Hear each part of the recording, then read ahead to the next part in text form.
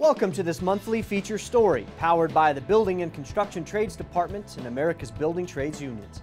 Now, more than 3 years into our most aggressive campaign in history.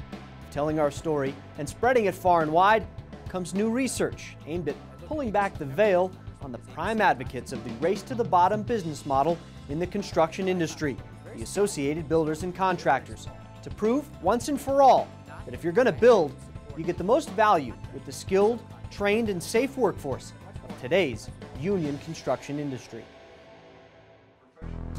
They're what some would call the atypical misinformation machine in today's construction industry. The Associated Builders and Contractors claim to serve as the voice of the U.S. construction industry. But their historical roots and the policy positions they advocate point to one simple conclusion. Their primary mission is ideological and political. In effect, it's to drive down wages, cut benefits, and eliminate unions. Due to a previous lack of hard evidence, the building trades couldn't prove these opinions, but now we can. Enter Thomas Krieger, a professor at the National Labor College, who took it upon himself to shine a light on the ABC and prove, beyond a reasonable doubt, that they're nothing more than a shell for lobbying and middle-class disruption, whom at their core wants to eradicate unions from North America. ABC was very small until the late 1960s. In the late 1960s, there was a group of CEOs that organized a group called the Construction Users Anti-Inflation Roundtable, which eventually becomes the Business Roundtable, which is a much more well-known group.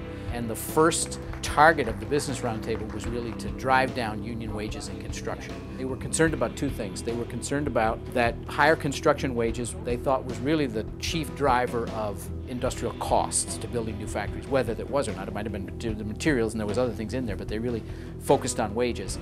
And then they were really worried that if construction workers asked for more money, then industrial workers, the workers in the plants, would ask for more money. So they led a very well-financed effort to drive down construction wages, to drive the building trades out of industrial construction, along with unionized contractors. And that's what attracted the Business Roundtable to ABC, to Associated Builders and Contractors, this little organization. But what ABC was a very anti-union organization. They had ties to anti-union, non-union contractors. And the ABC was one of the leading advocates of what I would call a low-road employment strategy. Low wages, minimal benefits, minimal opportunities for training. And that fit well with what the Business Roundtable was interested in at the time.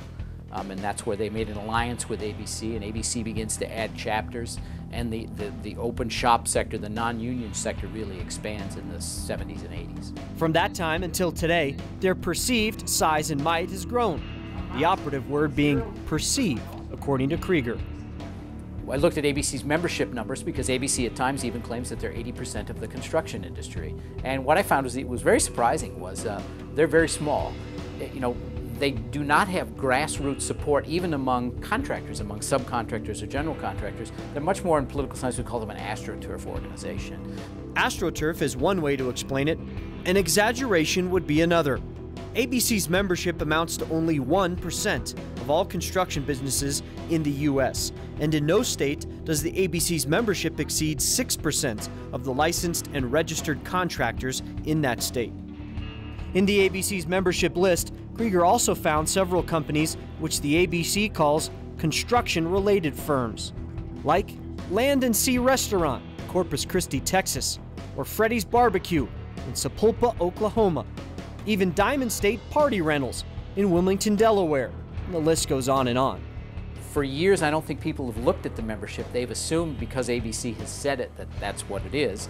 And also, ABC has a very effective and well-funded PR and lobbying machine. A PR and lobbying machine which claims on their website that they're the voice for construction. To be quote-unquote the voice, you'd have to actually invest in the industry and its workers, to the benefit of owners and general contractors.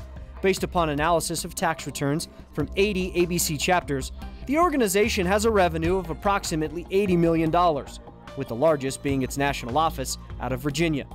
So, where does the ABC spend its money?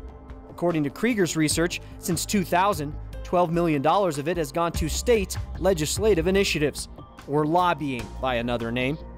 And since 2002, they've spent an average of $1.5 million per federal election cycle.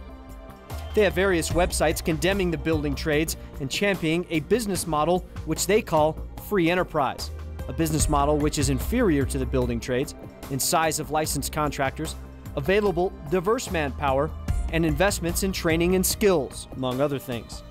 According to data from 2009, the open shop spent approximately $23 million in craft training programs, where America's building trades unions spent $660 million. This is not an adversarial union management clash. These are with unionized contractors. It's called cents per hour agreements. It's all funded out of collective bargaining. They're not putting their money into growing the next generations of workers either.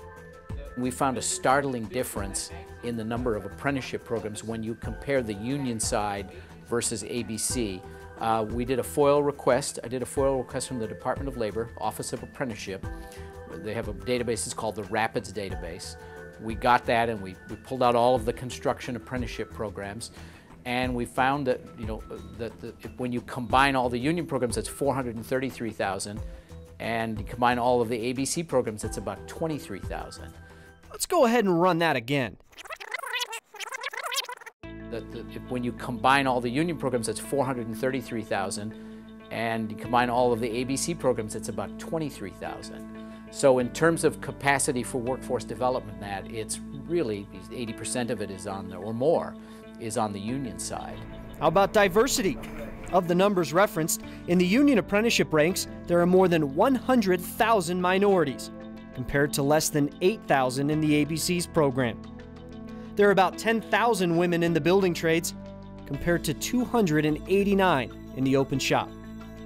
Veterans, more than 23,000 in the building trades, less than 1,200 in the ABC's training centers.